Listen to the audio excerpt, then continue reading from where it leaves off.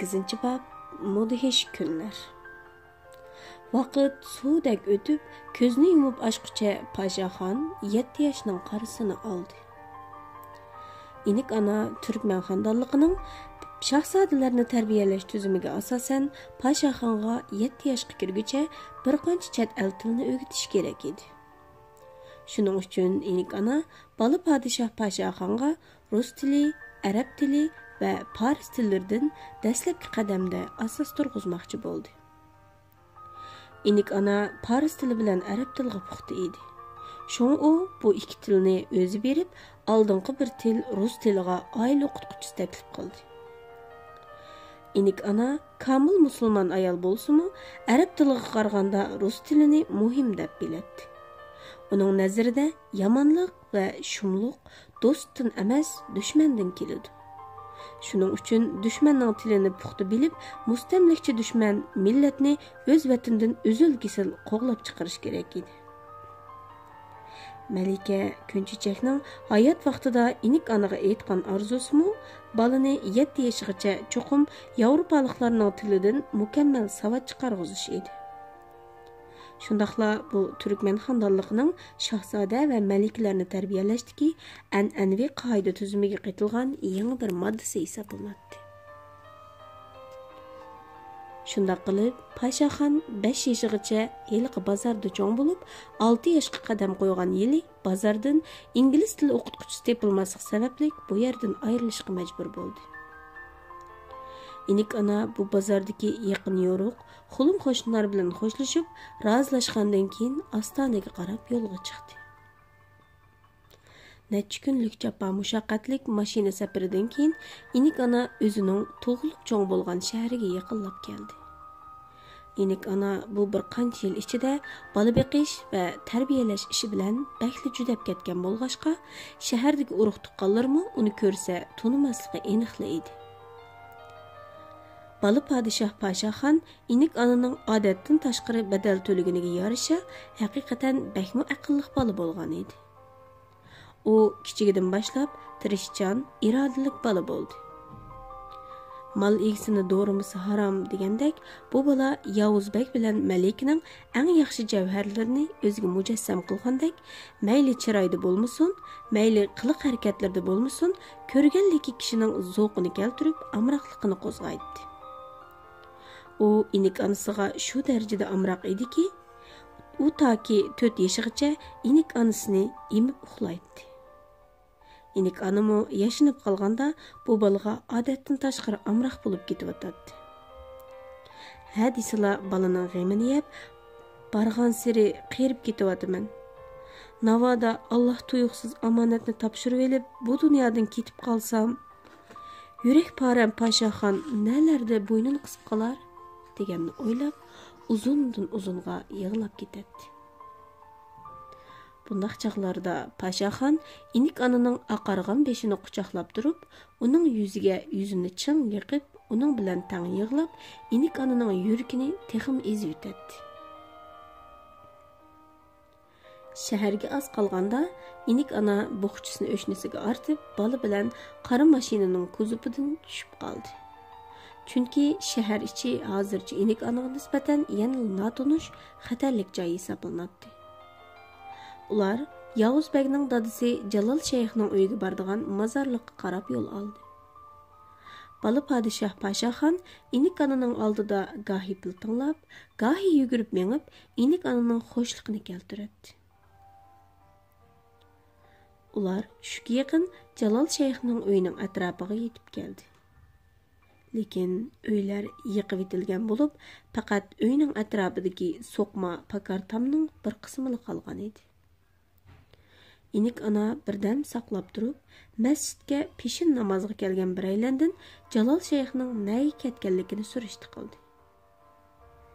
U kishi ig'ir xo'rsinib, rus amaldorlarining Jalol Shayxni o'g'ling bosh song'in bo'ptikan, shuni tepib ber deb turmada qiynab o'ldirib etganligini, uyini yiqib, tuzlab musholga tushirib qo'yganligini aytib berdi. Inik ana bu xabarni anglab, rahimsiz taqdirdan ichinib, Jalol Shayxning ruhiga yig'lab turib uzun duo qildi. 6 yoshlik Paşaxonmu inik anasının tələbiga asasən Suri Yasinning oldingi bir mubinini yaqimliq ovozda qiroat qilib, ularga atab duo qildi. Ular bu kecha mushu uyning o'rnidagi so'qma tomning bulung'ida yetib uxlaydigan bo'ldi. Chunki kishilarning turalg'isi cho'ng shaharga qancha yaqin bo'lgan sari ularning sirti parqiroq, ichi kirga to'lgan bo'ladi. Bulardan keladigan xavf heliqi bozordagi kishilarga qaraganda xeyli yuqori bo'ladi. Ular atsi osh vaqti bilan shaharga kirdi. Shahar anda-sanda bina uylarning selinganligini hisobga olmaganda avvalgidan ancha o'zgarmagan edi. Ko'ch-ko'ylar faqat ruslar qoplab ketgan bo'lib, ularning ko'pinchisi savdogar, baylar yoki bu shaharni muqim makon tutgan rus puhralarda qiladi. Bir aylanib, qo'lida tumirning sunuqi bo'lmagan shahar puhralariga hayvi ko'rsatib, shaharning amonligiga kapolatlik qiladi. İnik ana yanada elib yurgan boyligi amaliyotda shaharning yerimini setib olishga azodi yetadi. Ular shahar markazidan obdan bir uyni setib olib o'tirsin bo'ladi. Lekin bunda qilishning xatri bakli cho'ng bo'ladi. Uning ustiga uy zimin elim berim qilg'uchilar shu vaqtdagi qo'rchoq hokimiyatning oldiga berib, o'zini tizimlatib boj to'lishi, turli tuman hujjatlarga qo'l besib, rasmiyatlarni o'tish kerak edi. Bundaq ishni qildigan organlar kalla kesar munofiqlar bilan rahimsiz rus xizmatchilariga to'lib ketgachga, rus puhralariga ish bejirish o'yinchilik, turkman puhralariga ish bejirish nihoyat bas mushkul edi. Shunlashqa inik ana balaning o'qish ishini o'ylab, shahardan bir uy ijara olishni o'yladi. İnik ana kütülmegen hadislerinin aldığını eliş üçün yüzünü yerim o'rib olib, qadimini Qalandar ko'chasi deb atiladigan mahallaga qaratdi.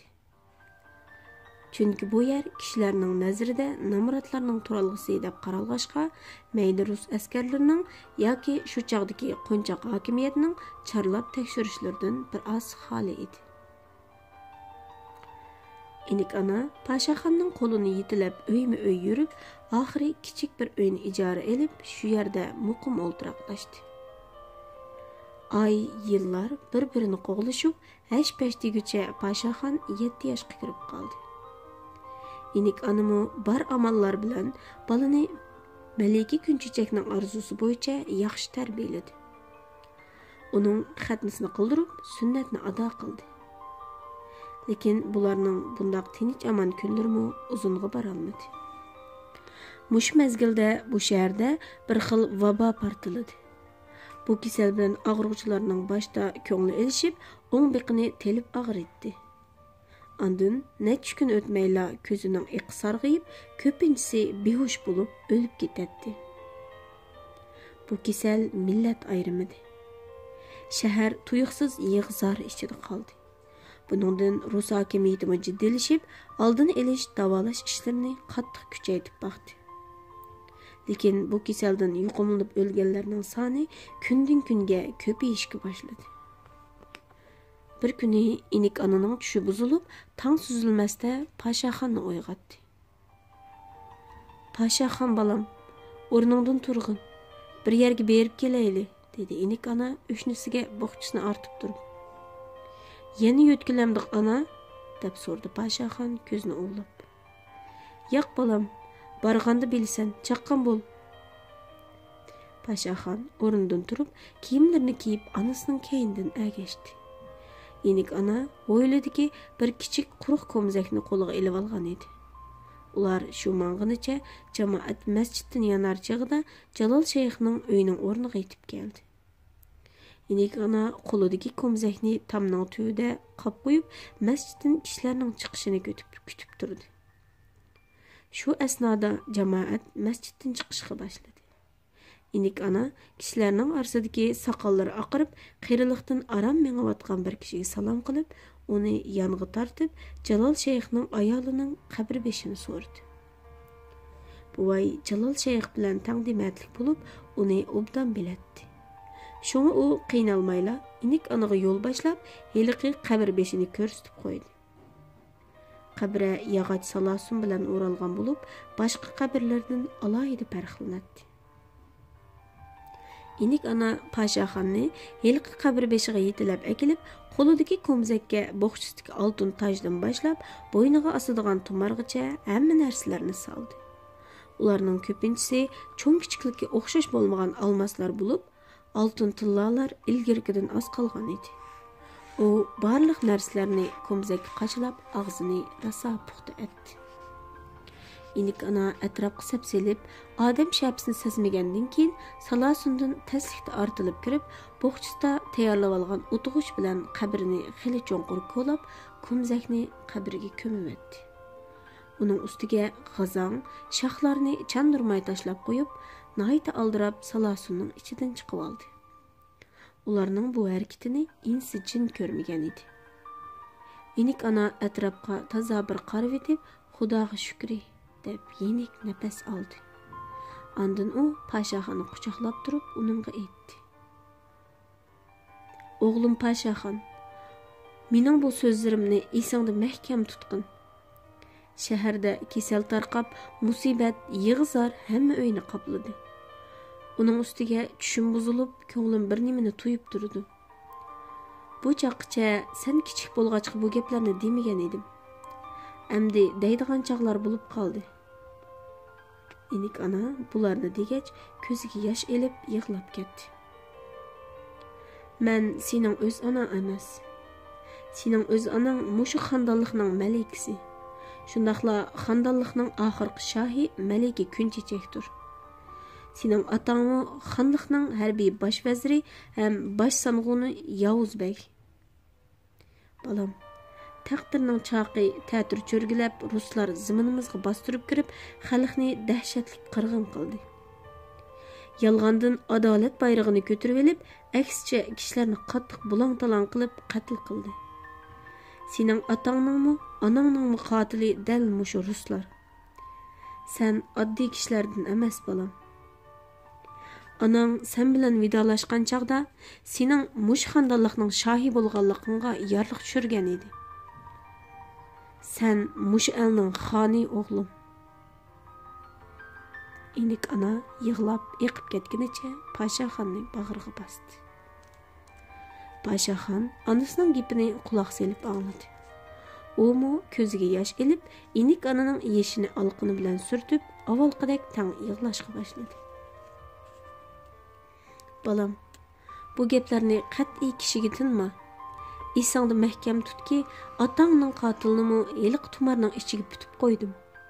U tumar sana bo'g'ingdan qolgan ekan. Dadang uni yenidan ayirmaydi. Esingda bo'lsinki, 20 yoshga kirmaguncha bu qabrdagi ko'mzakning og'zini ochib solma. Bildingmi?" dedi inik ana yig'lab turgan Pashaxonning ikki qo'lini ching tutib turib, ko'ziga tikilib qaraganicha. "Ma'qul, esimni saqlayman ana", dedi Pashaxonmi onasining ko'ziga qarab turib ishonch bilan. Inik ana Pashaxonga yo'l bo'yi yana nurg'un ishlarni topladi. Ular shundoq qilib uyga qaytdi. Aradan necha kun o'tmayla inik ananing ko'rgan tushi oldiga kelib, ko'zining iqini seriqliq bosdi. Inik ana o'zining vaba bilan og'rib qolganligini bilib, o'ng biqinini tutqunicha o'g'li Pashaxonga o'zini doktorga opirishni aytdi. Pashaxon yugurib chiqib qo'shnilarni chaqirdi. Angacha inik ana hushidan ketib supaga yiqilib bo'lgan edi. Bu xil kasal bilan og'riganlar bek ko'p bo'lg'achqa, doktorxonalar to'shib ketganlikdan yangi hukumat mahaldagi ish bajarish uylarini, hatto maktablarning sinflarini kasalxona qilgan edi. Bundaq vabodan og'rigan bemorlarning saqayganidan o'lgini ko'p bo'lsa-mu, lekin doktorlar qo'lidan kelishicha davolash, qutqizish xizmatlarini ishlayotdi. Inik ana qo'shnilarning yordamida mahallaga yaqin bo'lgan maktabga yudib opirildi. Kichik yotoq uyning ichida tiqma 5 karvat qo'yilgan bo'lib, inik ana yan tarafdagi karvatga yotqizildi. Doktor sestralar hash-pash degicha uningga asma o'kul urib, qutqizishni boshlabdi. Inik ana shu yotqinicha atsa atganda azroq o'shiga kelgandek bo'lib, Yanida kechicha anısı qarab o'ltirib uxlab qolgan Pashaxonning qo'lini asta tortdi. Pashaxon uyg'onib, darhol anasining quloqiga yaqin kelib, "Ana, saqaydingmi?" dedi. U anasining o'shiga kelganligidan xush bo'lib, yuzini anasining yuziga chang yoqdi. İnik ananing ko'zini ochqidekmi madori qolmagan edi. U og'zini bo'sh-bo'sh midirlatib, Pashaxonga gap qildi. "Balam, mening bo'lg'uchilikim qolmadi. Hiliq gaplarim esingdimi?" "Esimda ana, hammasi esimda. Qabrini pat-pat yo'qlab turgan balam.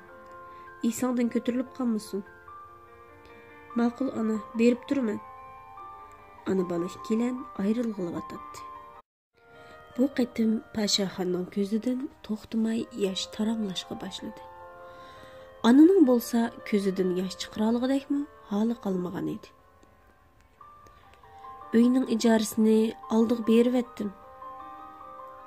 "Bildim ana. Supining ostida azroq narsa qoldirdim."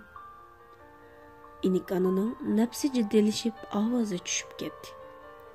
Yandagi kasalning egisi darhol sestrani izlab yugurdi.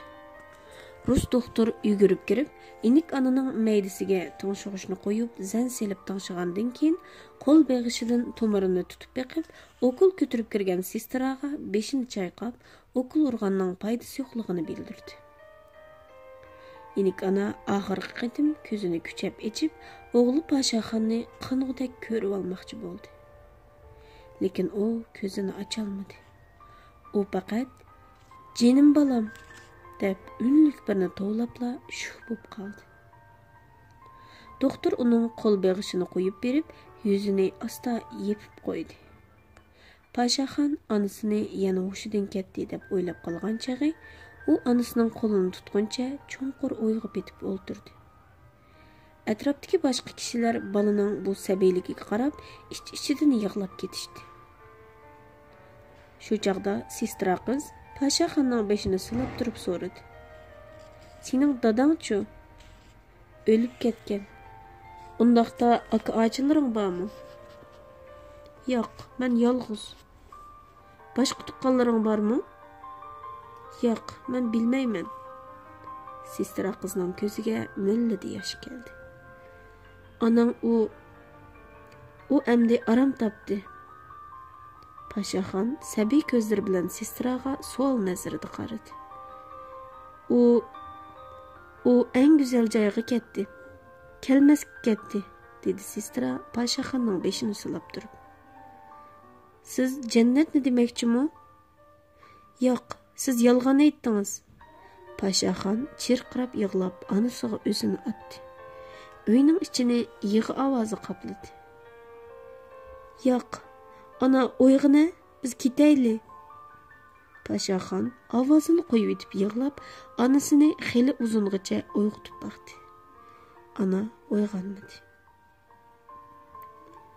Pashaxon shu tariqada onasini quchoqlab yetib ketdi. Bu uning umridagi eng bechora, eng ko'p yig'lagan kuni bo'ldi. Shu chaqda uning yengini birsi yenik tortdi. U yig'dan ishib ketgan ko'zini tasti echib qaragan edi. 3 yoshlar chamasidagi kirpiklari o'rilib turadigan, o'lashma qash kichik bir qizchaqning o'ziga bir tal olmani tanlab turganligini ko'rdi. Pashaxon olmani olmay, yana onasini quchoqlab tum yotdi. Qizchaq uning yengini tortib turib og'iz ochdi. "Aka, buni ola, endi yig'lamag'in", dedi qizchaq chuchuk ovozda gapni aram qilib. "Yo'q, yig'layman." Pashaxon beshini ko'tarmasdan javob berdi. "Endi onang uyg'onmaydi. Mening onammi uyg'onmadi?" Pashaxon beshini ko'tarib qizchaqqa qaradi.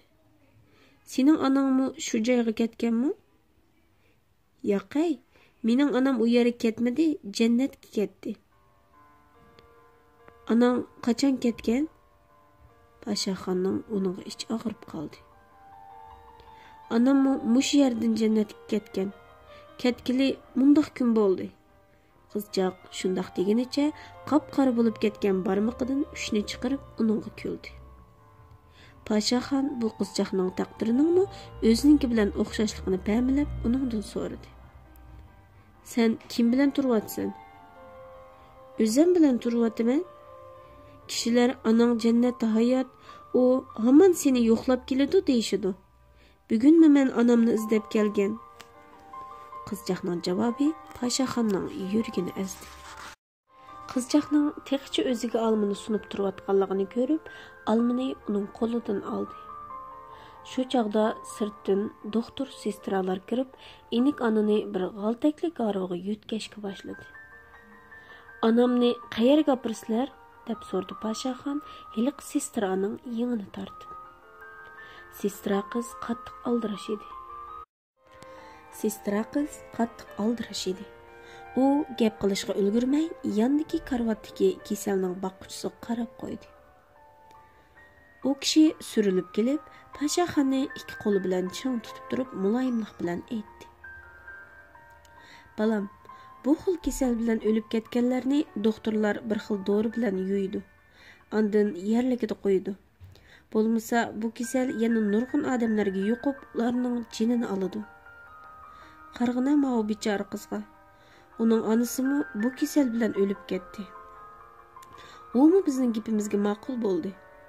Doktorlar anangni heliqi dori bilan pokiz yuyib, ondan biz bilmaydigan ayrim yerga dafn qiladi. Boshqalarning shunday qildi. Ularning balları chididi. Endi senmi ularga moslashqin balam? Paşaxon to'la yig'lab madoridan ketgan edi. U heliqi odamning quchqidan yo'lqinib chiqib, g'altakli garvida ilib menglayotgan onasining bag'riga o'zini atmoqchi bo'ldi. Ammo uning kuchi yetmadi. Ovozini qo'yib yetib, varqirab yig'lamoqchi bo'ldi. Ammo ovozini teshib chiqarib yig'lay olmadi. U tirmishib baqdi. Kichik qizchaqning Paşaxonning bu holiga ichi og'irdi. U yugurib kelib Paşaxonni quchoqlab turib, uning bilan tang yig'lashga boshladi. 7 yoshlik Paşaxon taqdirga tan berdi. U onasining qayerga dafn qilinganligini bilolmadi. Uning beshi qiyib, ko'z oldi qorong'ilashdi. U doktorxonadan chiqib, nega mengishni bilolmay birdan turib qoldi. Ondan uy tarafga qarab mangdi.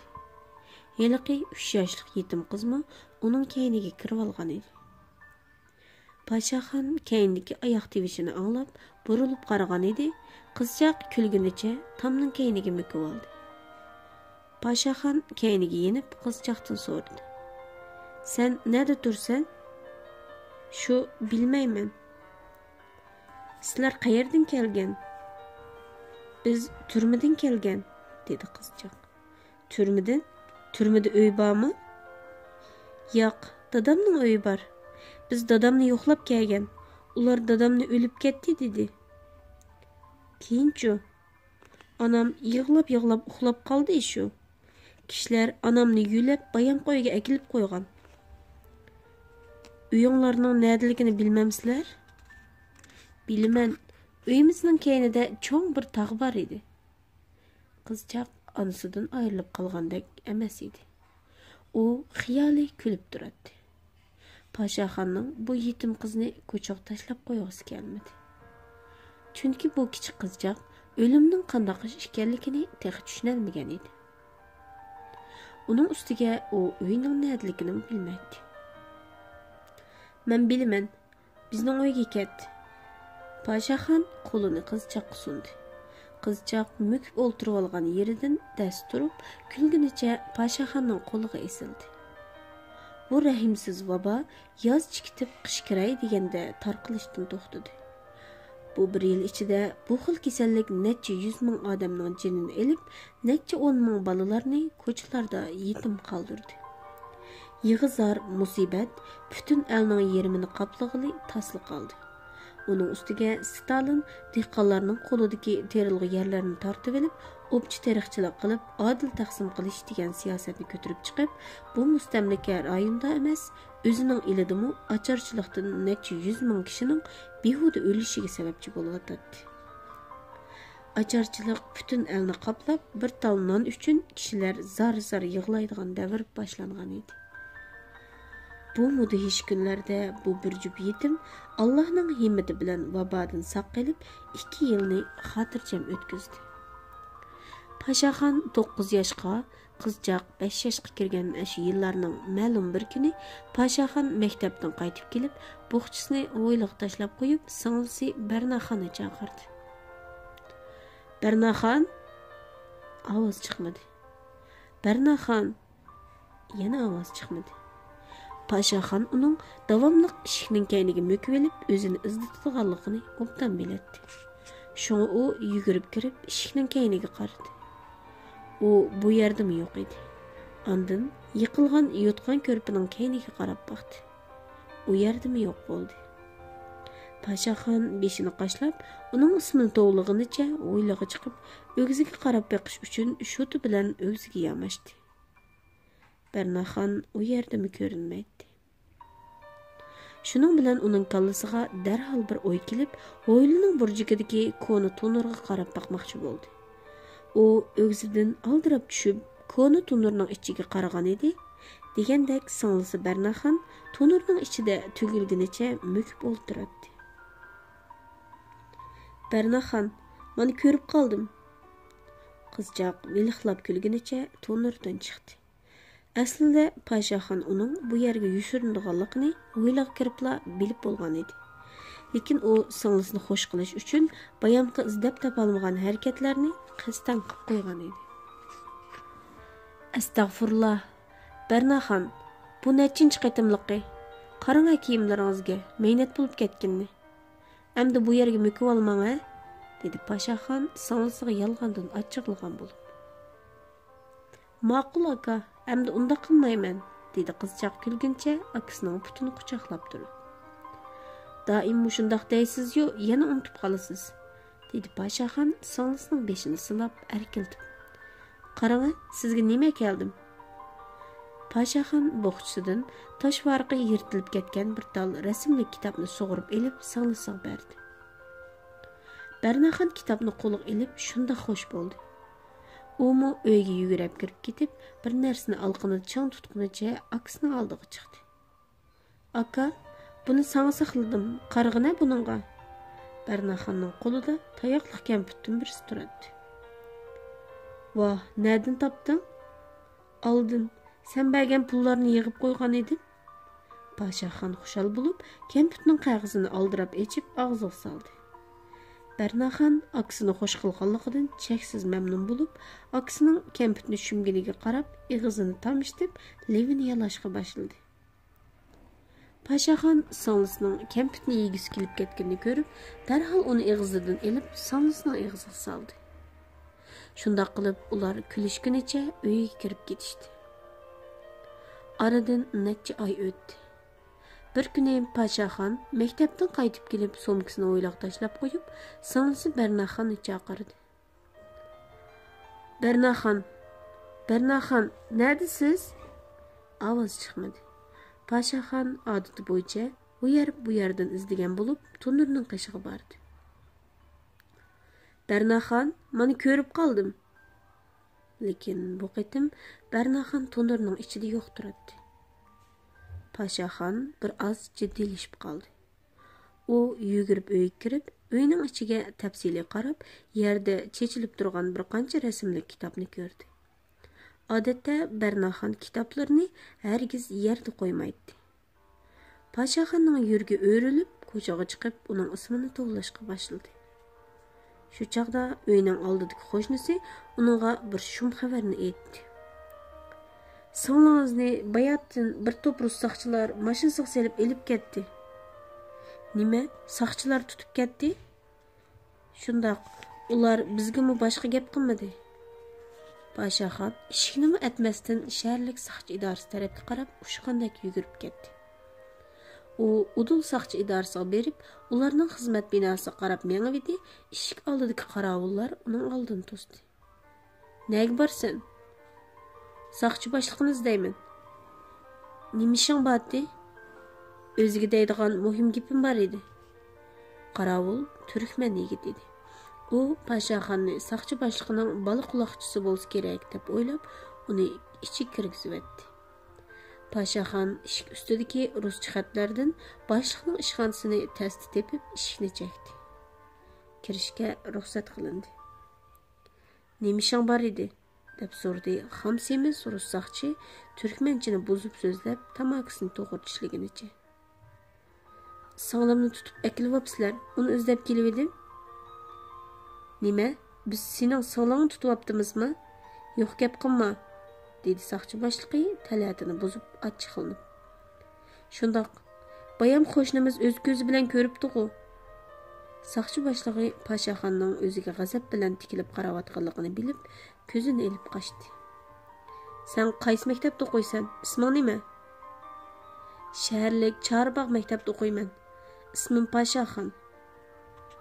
"Kimning bolasi sen yurgangni qaptaq qilib aldimoq keldigan?"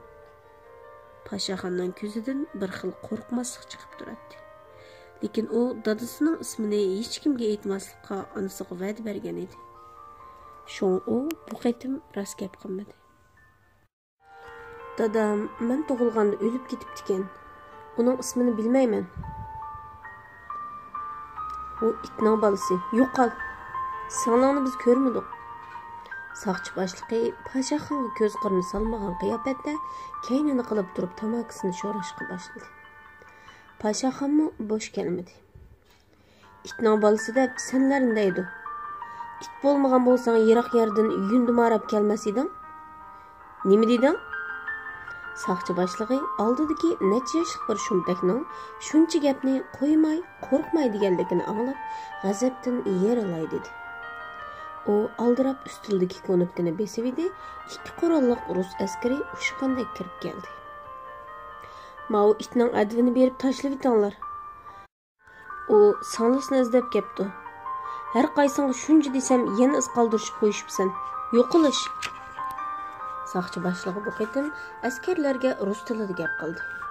Paşaxon rus tili xeli puxta bo'lib qolg'achqa, uning nima deganligini aniqlab bilib olgan edi. U mushtobda o'zining singlisini qutuldirib chiqolmaydiganligini, bularning oldida hech nimaga yarmaydiganligini bilib qattiq azoblandi. Askarlar Paşaxonni to'shqonni qulqidan tutgandek yerdan yulib elib, ishxonning oldidagi saynaga qumchoq atgandek etib etdi. Paşaxon umrida bunday haqoratga uchramag'achqa, bu ish uningga bakli xor keldi. U o'rnidan amdil turay deyishiga bayamqi gapni sog'dirolmagan saqchi boshlig'i eshikdan ushqandek chiqib, askarning qo'lidagi qurolni elib, miltiqning yog'och poyniki bilan uning yuziga qattiq birini urib etdi. Paşaxonning ko'zidan o't chaqnagandek bo'lib, zamin pirqirab, olamni qorong'ulik bosdi. U santurlib o'rnidan turolmay yiqilib qoldi. Qopig'idan etilib chiqqan qip-qizil qon saynani bir oldi. Saqchi boshlig'i buniga qanmay, yana urmoqchi bo'lib edi, askarlar boshlig'iga yaxshichoq bo'lib, uni to'sib oldi.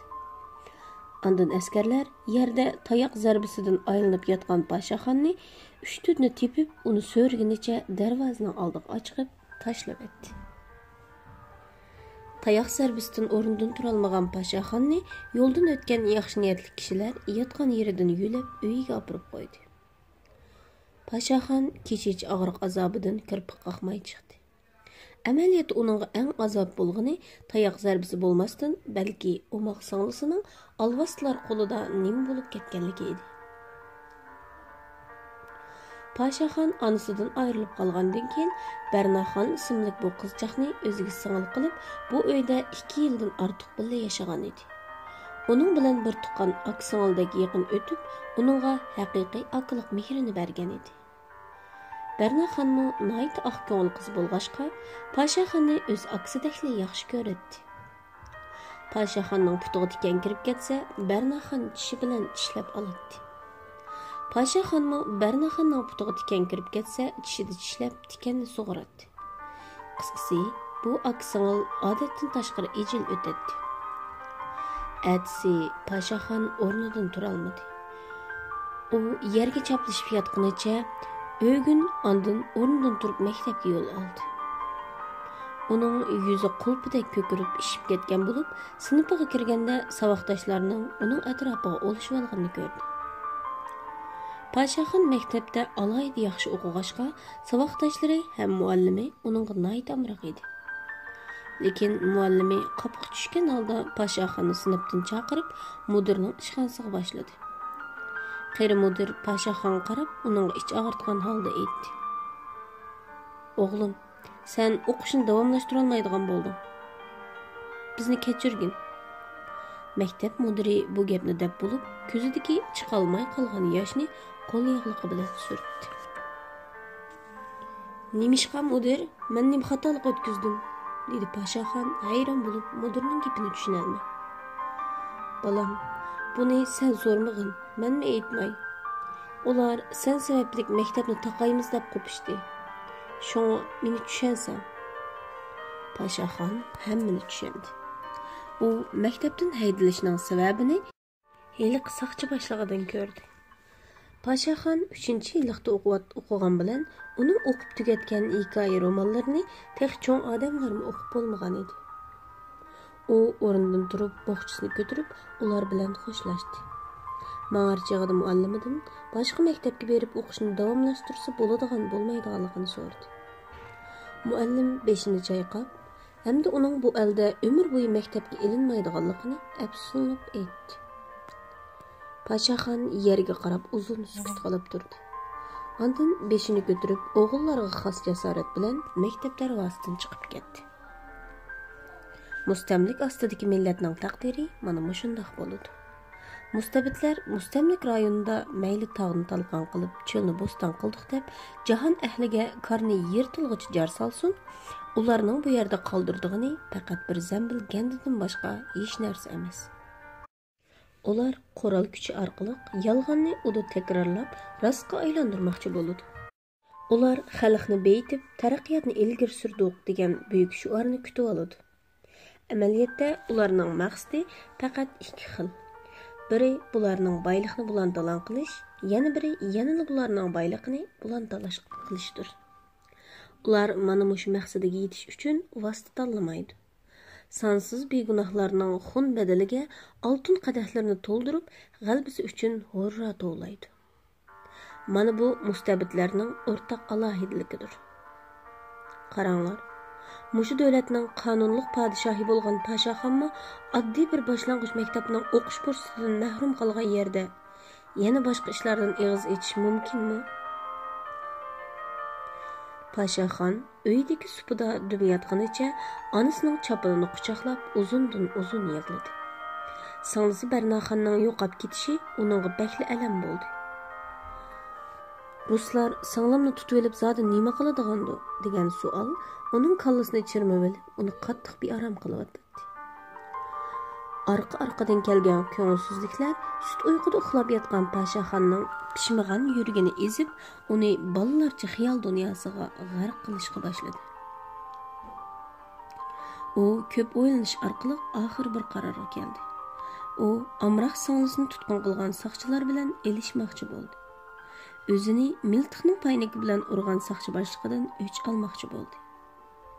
Otasini o'ldirgan, onasini o'ldirgan qotillardan qisos olmoqchi bo'ldi.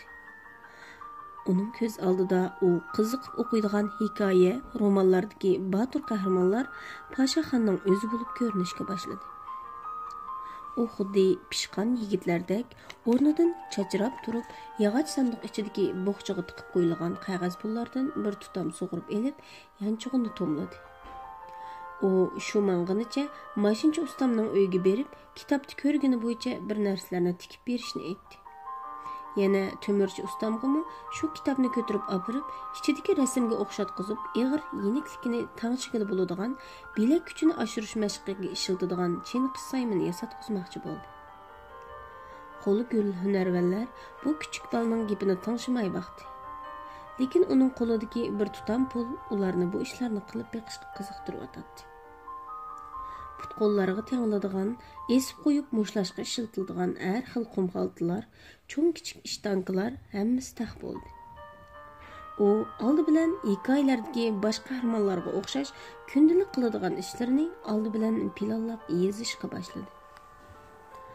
U o'zining tamg'i chaplab qo'ygan planiga asosan har kuni atigan namoz bomdoddan keyin puti qumxaltini tengib olib, Uyning oldidagi ko'chaning u beshidan bu beshiga 3 qatim yuguradi. Uyda nashta qilib bo'lgandan keyin shotining 4-baldiqidan sanab 30ni pastga sakirdi. Ondan ingliz tili muallimining qishig'i berib savoq oldi.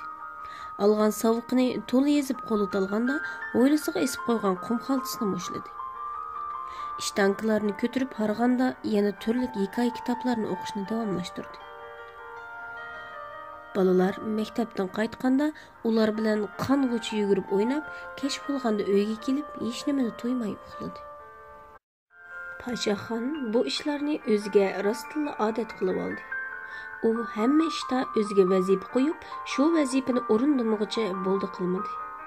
Uning mashq harakati 4 xil tildan oladigan savoqi bargan sir ko'paydi. Uning ustiga u kitob o'qishga odatdan tashqari hirsiman bo'lg'achqa bir kun uningga yetmaydigandek bilinib qoldi. Uning ishtihosi bargan sir echilib, yeb qo'rsiq to'ymaydigan bo'lib ketayotdi. Shuning bilan u supa ostiga ko'mib qo'yilgan oltin tillalarni oldi. Tillalarmi aziyishga boshladi. Aradan necha yil o'tdi. Podshohxon yar yo'laksiz qari yetim bola bo'lsa-mu, lekin u mahalladagi tangtush bolalarga qaraganda nihoyat sog'lom va qovulcho'ng bo'ldi. Bundaq bo'lishidagi sabab birinchidan uning otasi Yovuzbekmi qovul kuchtingurlardan bo'lganligidan bo'lsa, ikkinchidan u tamoqlanishga alohida ahamiyat beradi. Ya'ni inik ana uni 7 yoshiga kirguncha o'rdining an'anaviy bola beqish odati bo'yicha nihoyat yaxshi oziqlantirib boqqan edi. İnik ananing tirishchanligi ham iqtisodiy boylikning yetarli bo'lishi sababli bozordan go'sht topqili bo'lmaydigan chaqdimi, ularning uydan bir luqma dumbi bilan bir tishlam go'sht uzilmaydi. Yozliqdagi pishig'irim issiqdimi, bir parcha go'sht kechasi shabnamga selinib, kunduzi juvova orasiga uriladi. Mushundoq pishig'irimda yana ularning uyidagi suv qochlangan idishning ichidan bir qancha shisha yangi sut uzilmaydi. Podshohxon onasidan ayrilib qolgandan keyinmi, onasining hayot chog'idagi o'zining tamoqlanish jihatdagi qayta topalashlarini xuddi Qur'onning oyatlarini yodida tutgandek esida tutgan edi. Shunga u 2 kunda bir yuyinadigan odat bilan yaxshi tamoqlanishni kunda o'qiydigan 5 namozi bilan o'xshash muhim ko'radi. U kichigidan boshlabla mustaqil turmush kechirishga odatlanib ketgan edi. Yiroqdagi bosma quduqdan apkash bilan suv akilib, idishlarni to'ldiradi. Tang sovuqlardimi o'rnidan sahar turib mashga o't qalab suv isitadi. U go'shtga odatdan tashqari amroq bo'lg'achqa, kunda bir qatim o'zi uyida sho'rib selib yeganchilik qiladi. Qo'shnilar uningga havas bilan qarab, "Sen bir bola turib buncha pulni nerdan topsan?" deb so'rasa, u onasining o'yitib qo'ygani bo'yicha, "Dadam Kattaboy, u bizni tashlab qo'yib, kichik ayoli bilan Makkaga qochib ketgan. Sut pulimni dadam avatib turdi" deb javob beradi. U 12 yoshga kirgan chaqda uning sup ostidagi oltin tillasini tugay deb qoldi. Shuning bilan uning g'amsiz ustun beshi yerga sangilashga boshladi. U buningdan keyin turmushni qanday qamdash to'g'riliq ingliz tili ustozi Akbarxonning oldiga berib, uningdan maslahat olmoqchi bo'lib, uning uyiga keldi. Akbarxon o'z vaqtidagi Xonliq universitetining o'quvchisi bo'lib, hozir bir boshlang'ich maktabda adabiyot darsi o'qituvchisi bo'lib ishlayotdi. Podshohxon uning bilan ko'rishib ahvolni bayon qildi. 30lardan halqagan bo'lsa-mu, ota-onasi bilan turadigan bo'ytoq Akbarxon o'zining bu munavvar o'quvchisidan alohida zo'rlanadi. Uningdan faxrlanadi. Şuna gapning beshini chiqarib bo'lguncha uni o'zi balachilab beqib oladiganligini, hech qanday ishdan g'am qilmasligini aytdi. Lekin Podshohxon adab yuzidan buni rad qilib, o'ziga muvofiq bir ish tepib berishini uningdan o'tindi. Akbarxon o'quvchisining xarakterini obdan bilgachga, uning fikriga hurmat qilib, temirchilik korxonasida ishlaydigan tog'isiga qo'shib qo'ymoqchi bo'ldi. Podshohxon ustozi Akbarxon bilan xo'shlashib, uyiga xushal qaytdi. U qaytish yo'lida ko'cha og'ziga kelganda ko'chada o'ynayotgan 6-7 yoshlardagi bir to'p ushoq bolalar Podshohxonning atrofiga o'lishib olib, o'ynayotgan to'pning Qosim bangining o'ksisiga chiqib ketganligini, Öy egisi bolmaganlyk üçin topni alalmaganlygini aytib, uningdan topni akirib berishni ötündü. Paşaxan yolunu meňi vermekçi boldy-yu, lekin o özüdün kiçik bu ballar qarab, topni ögüzden akirib berishni ma'qul tapdy. Qasım Bengi muş mahalladagi qo'l ilkidi bar, shundaqla mutahem odam bo'lganligi uchun uning egiz tamliq uyi qo'shnilarning temidan ayrilib, shuncha yo'lni egilib, do'qmishda yolg'iz qat ko'tarib turadi. Paşaxan yengini turuytib, tamga yandash daraxtga maymundek yamishibla o'g'ziga chiqib ketdi. Top yerga tushdi. Ballar xo'sh bo'lib to'lishib, topni qo'liga olishdi. Şu çağda Qasım Bengining uyuning oldida paydo bo'lib qoldi. Balalar o'gizdagi Paşaxonga cho'qirishib, varqirashga boshladi. Qasım Bengi keldi, tez qeching. Mahaldagi balalar Qasım Bengidan nihoyat qo'rqadi. Qasım Bengimi balalarga azaldan chiroyini echib qaramaydigan bag'ritash odam edi. O balalarning varqirashlaridan o'gizdan tushkil tamshilayotgan Paşaxonni ko'rdi. Bu kuspuruç, köp gündüzde keptirimni o'g'irlamoqchi miyding? Dedi Qasım Bengi talatini buzib. Tam tövdeki eriqning ichidan bir tal uzun tayoqni qo'liga oldi-da, "Tusha yerga adipingni berib bermisam?" "Men keptar o'g'irlamadim, topni tashlab berdim", dedi Paşaxon bir oz jiddiylashgan holda Qasım Bengiga o'zini oqlab. "Shundaq bo'lsa-mu, sen yanala o'g'ri." Qasım Bengi qo'lidagi tayoqni tashlab qo'yib, uyning eshigini ochib, shuti bilan darhol o'g'ziga chiqdi. Balalar o'g'zining levida turgan Paşaxondan ansirab, varqirashga boshladi. "Aka, Qasım qari o'g'ziga chiqdi, darhol qeching." Angacha Qasım Bengi o'g'ziga chiqib, Paşaxonga gulayginicha og'zini buzishga boshladi. "Egisi yo'q uyda onangning haqqi bormidi? Haq qulqingni kesmasam?" Qasım Bengi qo'pol odam bo'lgan bilan balalarni hargiz urmaydi. U Paşaxonni mundaqli qo'rqitib qo'ymoqchi bo'lib, o'g'zidan tayoqdek bir narsa izlagan bo'ldi. Paşaxon jangi jidaldan neri bola edi. Qiz boladek tortinchoq bo'lib, o'zi bir xatolik o'tkazsa, yerga kirib ketgudek bo'ladi. Shun u Qasım Bengiga o'zini tushuntirib o'ltirmay, chiroyi qizargan holda, "Endi undaq qilmayman" deb qo'yibla o'gizdan yerga sakradi. Balalar to'lishib cho'qon selishdi. Qasım Bengi, "Hey, sakrima" deginicha qilg'iniga pushaymon qilib o'gizidan pastga qaradi. Paşaxon xuddi pag'azdagi kaptar don yegili yerga qo'ngandek pok qilgan ovoz bilan yerda zo'ng o'ltirib qoldi. Ondan o'rnidan turib, tambilini qiqishga boshladi. Balalar uning yerga sog'-salomat tushganligini ko'rib, uning atrofiga ulashdi. Qasım Bengi o'g'zida turib, "Mavshumni qara" deginicha og'zini ochib turib qoldi. Shundan boshlab Paşaxonning o'g'zidan yerga sakrab tushalaydigan hunari mahalladagi balalar orasiga pur ketdi. Bir kuni mahalladagi Paşaxon bilan tangtish balalardan 10 maktabdan yenib Paşaxonning uyining oldiga kelib, uni chaqirib, o'g'zidan sakraydigan hunarni ko'rsatib berishni so'radi. Paşaxon o'zining kuch mashqini balalarga bildirishni xohlamaydi. Shun u balalar bilan odatda sirtda o'ynaydi. Lekin balalarni uyga hargiz boshlamaydi. Chunki inik ana hayot vaqtida uningga uyga qalayimgan odam boshlamaslik to'g'risida alohida tapilashlarni qilgan edi. Paşaxon ichidan taqab qo'ygan eshikni ochib, hovlisidan chiqdi. Ondan eshikka qulp selib qo'yib, balalarga aytdi: "Bugun boshqa o'yin o'ynayli, men sakrimay."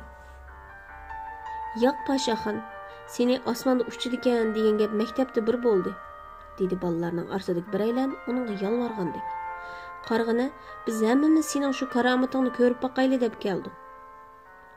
"Shundoq Paşaxon", yana biraylan gap qistirdi. "Maktabdagi boshqa balalar bizni qalandarlar ko'rsatin deb zodi ko'zga ilmaydi. Mau gayet shu balalarning no'chisi. Uningga karomatingni bir ko'rsatib qo'yg'ina."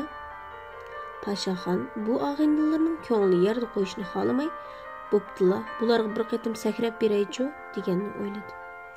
Uning ustiga Gayt degan bola turqidan askalik chiqib turadigan, o'zidanmi qovul bola bo'lg'ashqa, Paşaxonning uningga o'zini bir ko'rsatib qo'yg'isi keldi.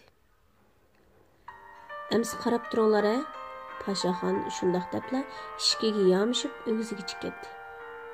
Balalar uning sakrishiga taqozo bo'lib o'giziga qarab turishdi. Paşaxon o'gizidan ko'chaga guppida qilib sakrab, o'rnidan bemalol turdi. Balalar to'lishib uning yomonligini tabriklashdi. Gayet degan bala maktab bo'yicha chelishchilarning oldi edi. U buni ko'rib Paşaxonga hasad qildi.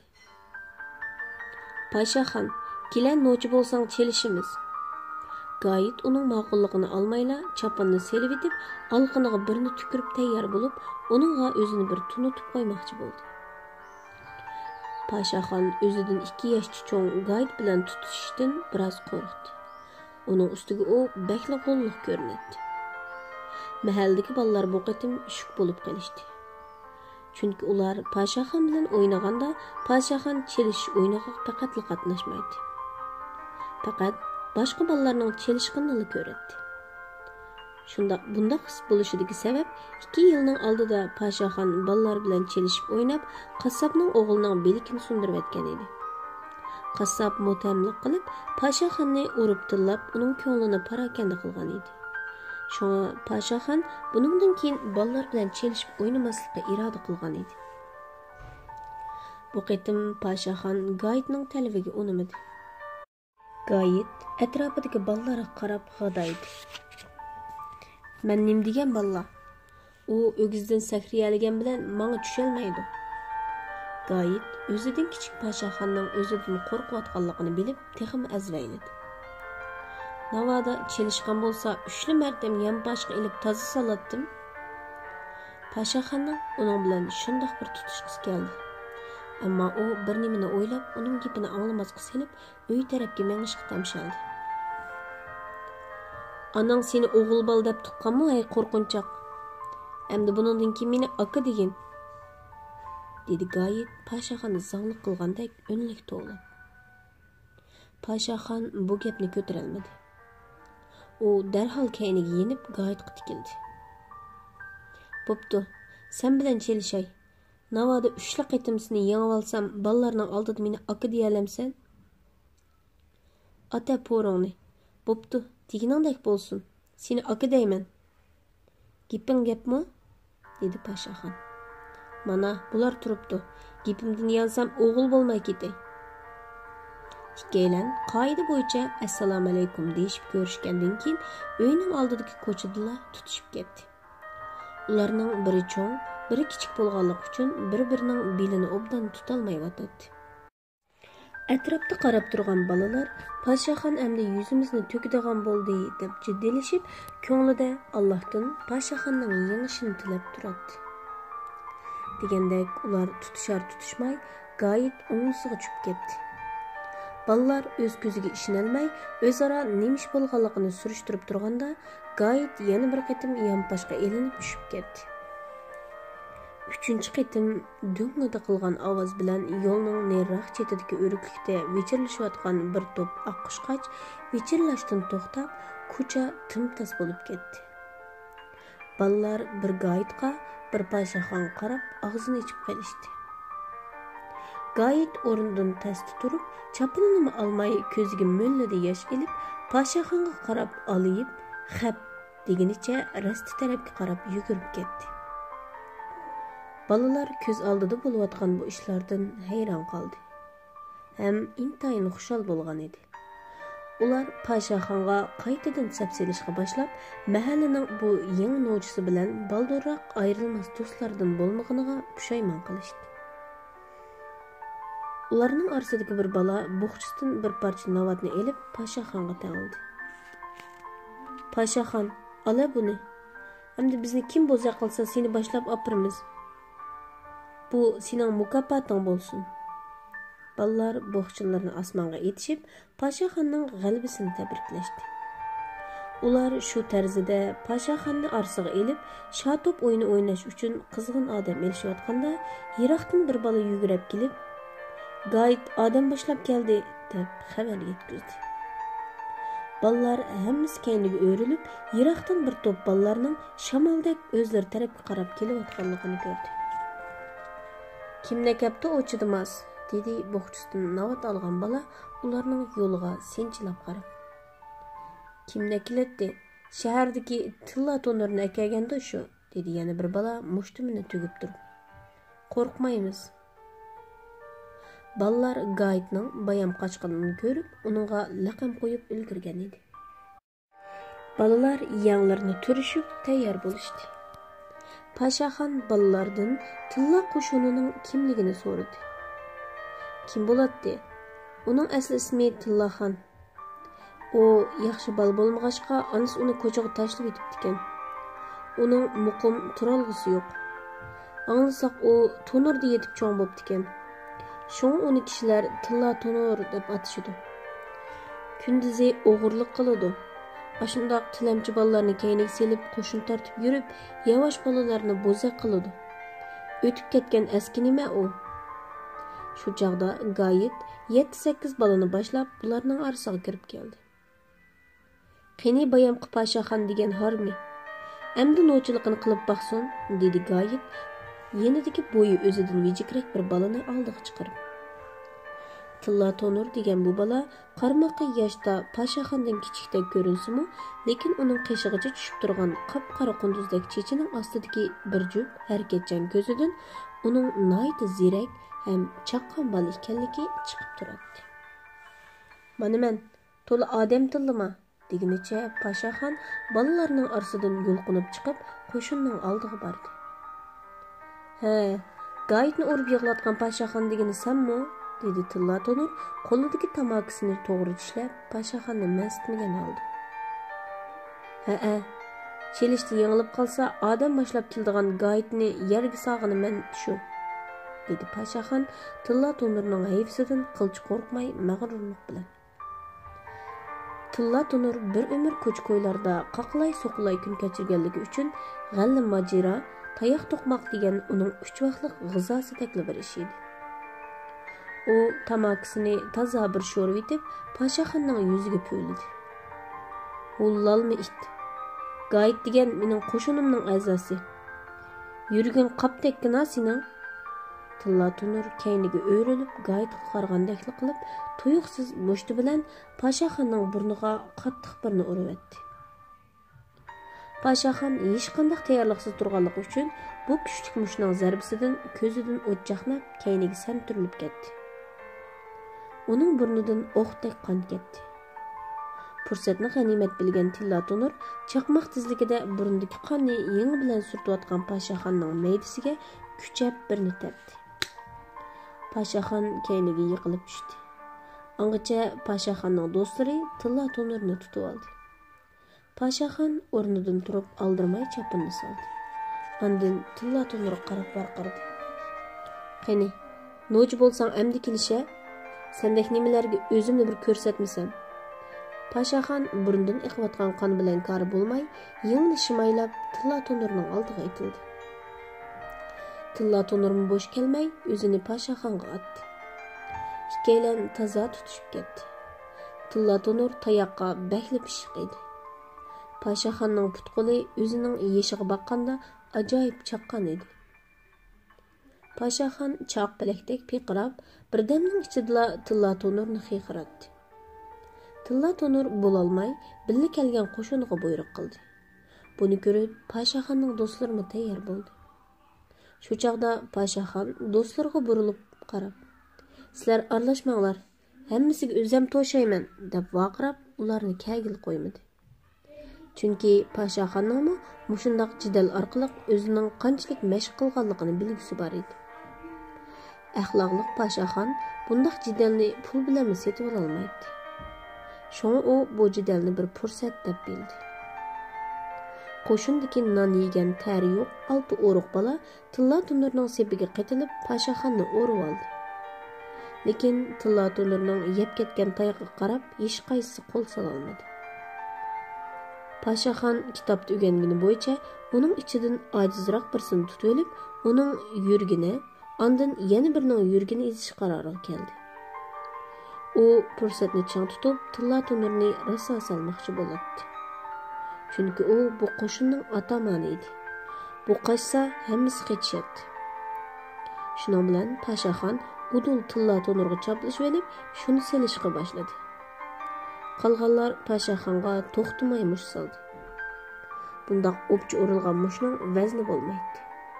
Paşaxon ularga mush yondirmay, yanala Tilla Tonurni urishga boshladi. Tilla Tonurning og'zi burni qon bo'lib, chiroyi to'nuqsiz bo'lib ketdi. Buni ko'rgan qo'shin a'zolarining yuragi tushib, harakati bir oz ostilab qoldi. Buni sezgan Paşaxon o'rilibla diqqatini bularning orasidagi jo'g' kichik, uruqroq birsiga qaratdi. Bu bala Paşaxonning chaqmoqdek etilgan ikki mushtig'i bo'lolmay qechishga boshladi. Lekin Paşaxon boshqalarga bir mushmi atmay, faqat ularning orasidagi mush uruq balani qo'g'lab, shuni urishga boshladi. Bala chiqirib yiroqqa qochib ketdi. Endi navbat hamma jadalni tergan Gaytga kelgan edi. Paşaxon uning oldiga shundoq kelib edi, Gayt qo'rqib put-qo'lida jon qolmagan holda keyindagi hosirab o'ltirgan Tilla Tonurga umid bilan qaradi. Tilla Tonur burnidagi qonni to'xtatib, yengilginiga tan berib, u yerda hosirab o'ltiradi. Paşaxon rosa kuch bilan Gaytning yuziga bir peshva etib edi, u santurlik keyniga dojig'inicha o'zini tangshiyolmay Tilla Tonurning oldiga berib yiqildi. U qo'pqil tamshilayotganda Paşaxon qo'yindek kelib yana birini tepdi. U bu qitim zo'ng o'ltirgan Tilla Tonurning ustiga yiqildi. Nemish bo'lganligini bilolmagan Tilla Tonur yana tayoq yeyishdan qo'rqib, "Xap, ajab men bilan qolding-a?" deginicha yurib qochdi. Gaytmi o'rnidan turib Tilla Tonurning keynidan badar qochdi. Paşaxon endi qolgan to'rtaylarning ichidan birini tanlab urmoqchi bo'lib edi. To'rtaylar Tilla Tonurning qochib ketganini ko'rib, bir-birisiga qarashib qoldi.